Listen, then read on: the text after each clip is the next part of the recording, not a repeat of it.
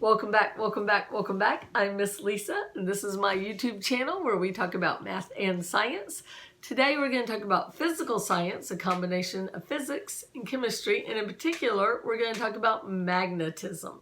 I want you to like, share, subscribe. I have a goal of 1,000 subscribers, so I don't have to videotape and then upload. I can just do a YouTube live like I used to on Facebook Live. Those of you who had my class last year know that we always would do Facebook Live when kids were out, and then COVID hit and now everybody's out. So anyway, so we're going through this book.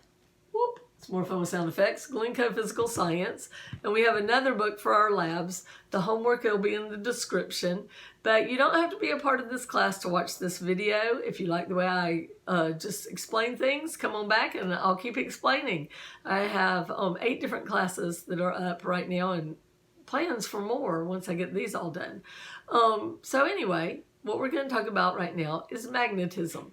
So everybody's played with magnets. You know what it is? It's this little metal thing. You take it over to your refrigerator, you put your drawing on the refrigerator, you put your magnet, it sticks. There's a force of attraction between this metal magnet and the refrigerator. So magnets were discovered 2,000 years ago, more than 2,000 years ago, in Greece. And Greeks discovered it in what was Turkey, actually. And they used to be called lodestones. And these were natural stones that were magnets. And they thought they were interesting. And they ended up, using natural magnets. They were named after the town where they were discovered. I didn't know that till I read this book. It was interesting. But now they are used for lots of different things. And we know a lot about it. So magnets have magnetic force. And magnets have have like 2 separate ends to them. And one end is called the north end and the other end the south end. And you might not have known that, but you have taken 2 magnets before and they stuck together. And then you turned one over and you tried to stick it together and it goes whoop off to the side, whoop off to the side.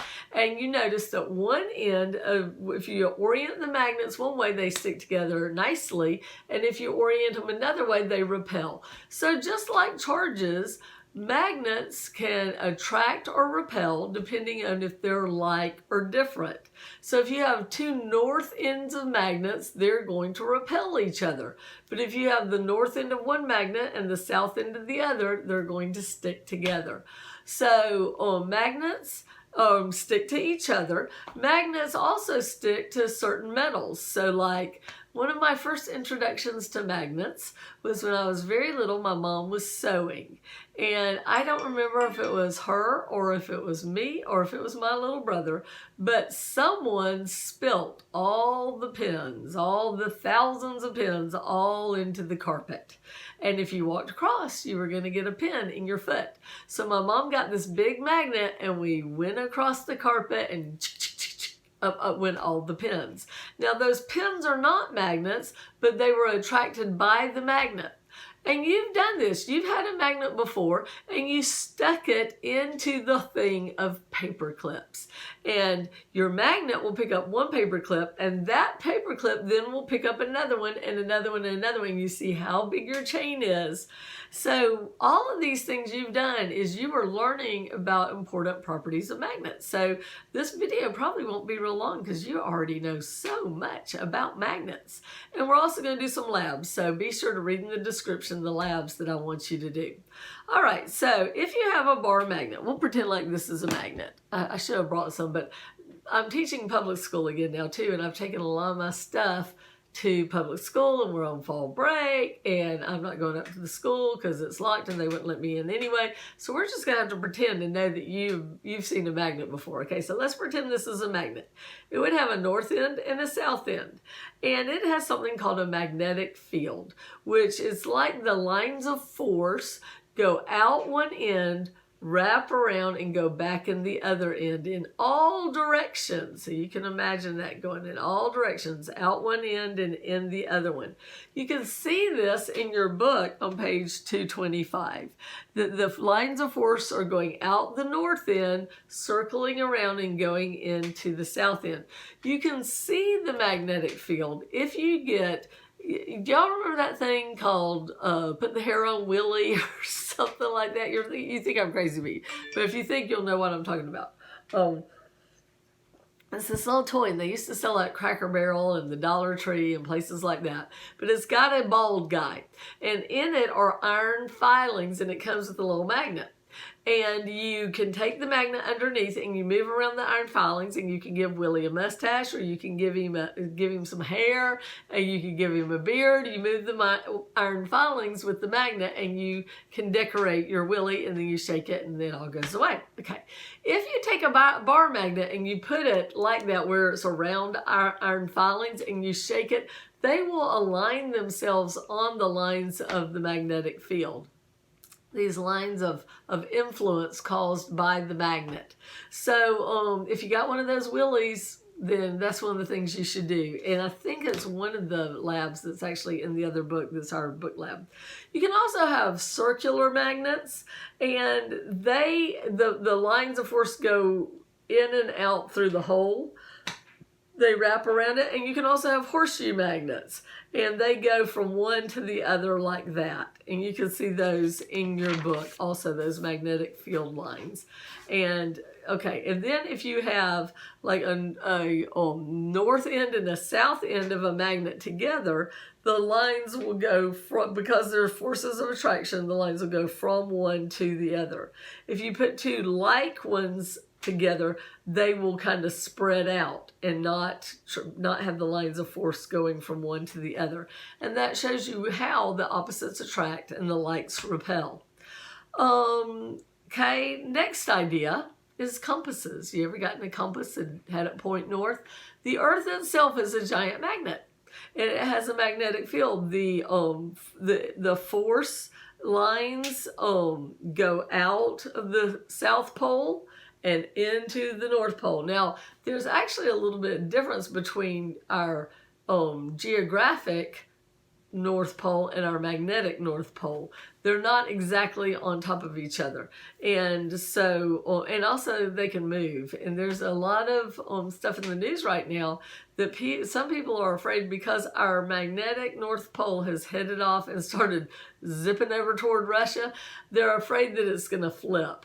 And I'm like, so what if it's flipped? It's flipped a bunch of times in the history of the Earth from what they can tell. What difference does it make? It would mess up all of our electrical devices, all our iPhones, all of our YouTubes, all of our cars, everything they think would get messed up. Now, I lived through Y2K. Y2K was this thing where when the year 2000 hit, they thought all the computers were going to quit. And that there was a big deal. There were industries built up. People bought food. They thought it was going to be an apocalypse, because everything electric was going to quit that has a computer as soon as it turned the year 2000. And I was pregnant at that time with my son Eli. And he was trying to come early, so I'm in the hospital as the year 2000 is rolling in, and on the machines it said Y2K compliant, meaning somebody had been paid to check and make sure that the hospital equipment wasn't going to quit when it was the stroke of midnight. So I'm in the hospital, and the new year is rolling around the world, and it started off like in Papua New Guinea and way out there in the Pacific, and it was coming this way as the new year was coming. And I just remember seeing all those Y2Ks and thinking, is it really going to happen? Is everything going to quit? Is it going to be, this terrible thing as soon as in a few hours? The only thing that I knew of that quit working was we had a video camera, a camcorder where you can videotape, and it quit. So the Y2K took out my video camera. I never heard of anybody else losing any electronics. So they are afraid of the magnetic pole flipping because it's done it before, and it, causing worldwide devastation. But I'm going to wait and see, because, I remember Y2K. That ended up not being that big of a deal. So maybe it's going to be Earth magnetic pole flipping compliant.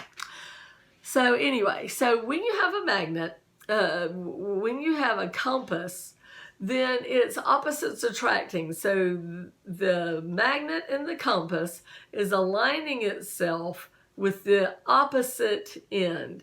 And you need to pause this a second and take a look at your book on page 227. Okay, now you're back.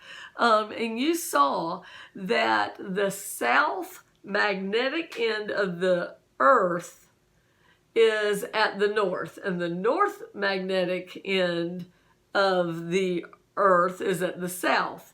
But and that's why our compasses point north, because it's opposites attract, and it's going north, which is that end. I know it's crazy. It doesn't really even matter which end you call north and which end you call south. It's kind of arbitrary. And north is where Alaska and Russia and Canada is up there. But just know that the compass is opposites attract. All right, so not everything's magnetic. You know, if my needles that I spilt, or my brother spilt, or my mom spilt were aluminum, they would not have been able to be picked up by that magnet. It's only because they were steel. And there are certain ones, iron, cobalt, and nickel, and steel has iron in it, that are magnetic elements.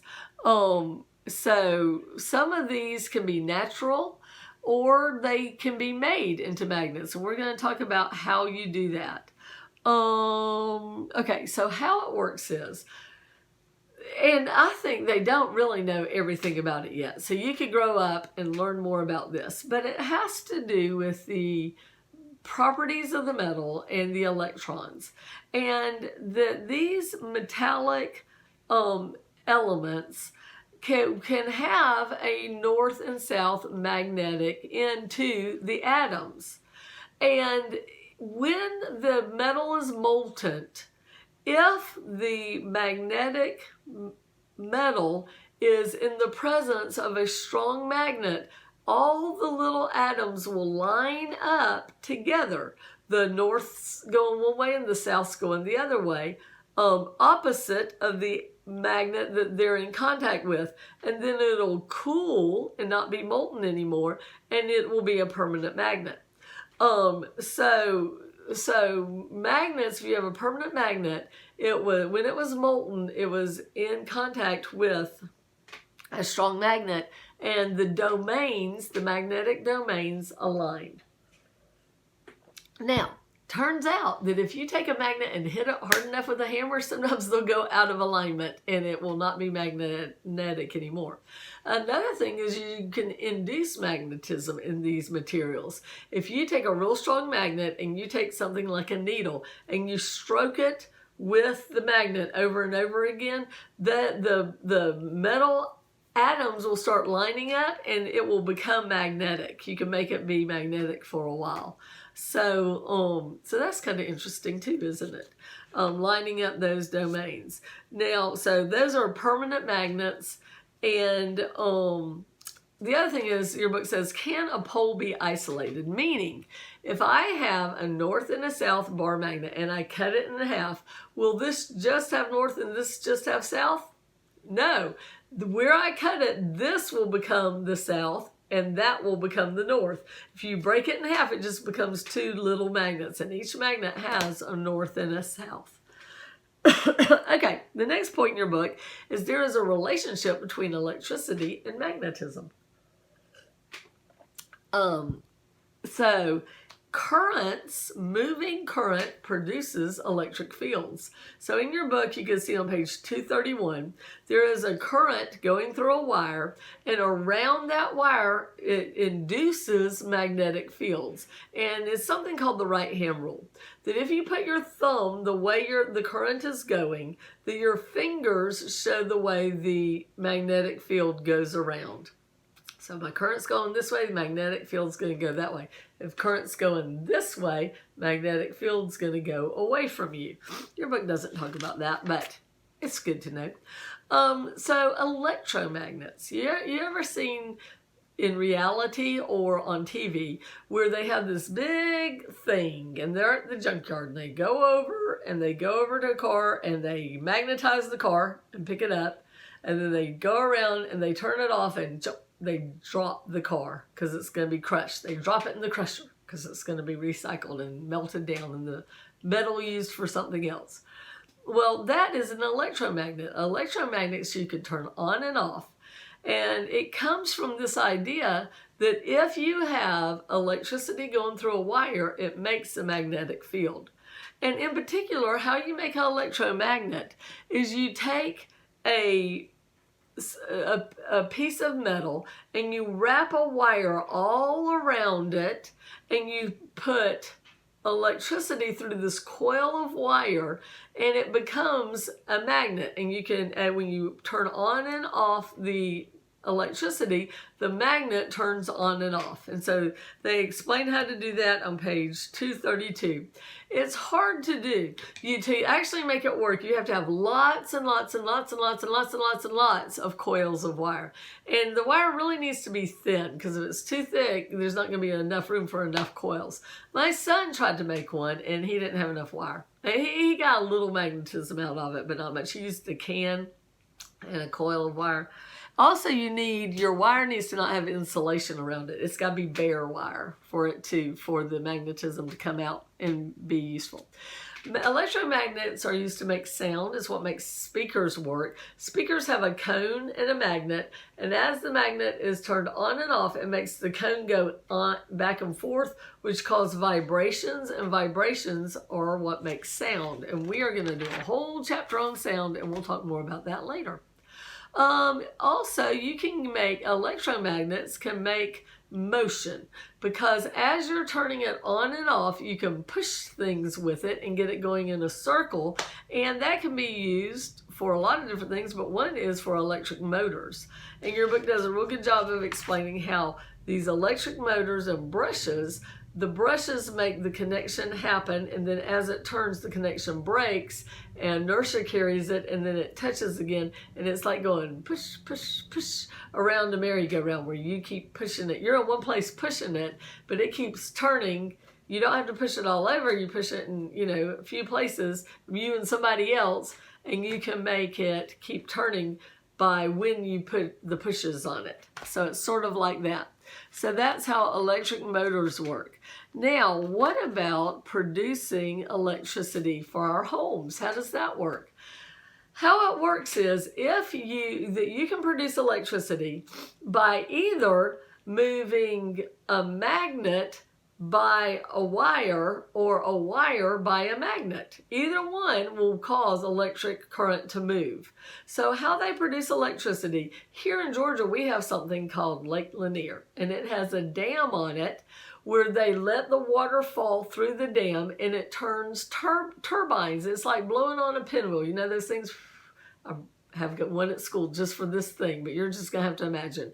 But as that turns, being able to use that water to turn the turbine, it causes magnets to move near wires, and it makes electricity. So a lot of our electricity here in Georgia is considered a very green form of electricity because you don't have to burn any coal for it. Now, we also have coal burning plants. So how we get electricity from that is they burn something. It could be coal or oil or whatever. They burn it, and they use that burning to heat up water and boil it.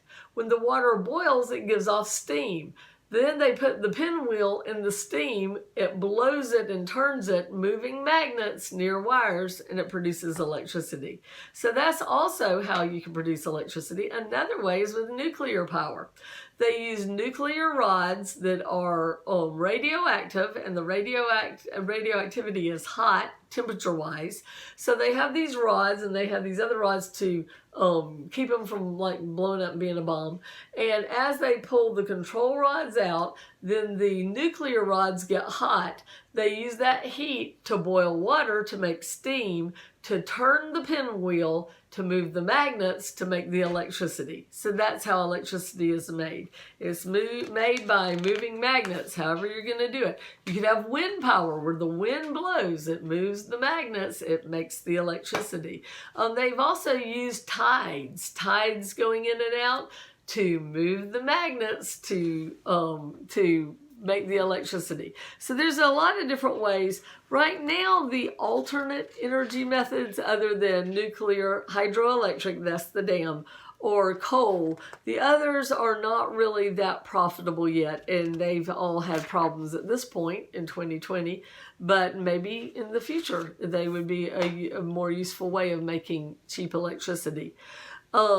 Direct and alternating current. Okay, so in your house, we have what's called alternating current.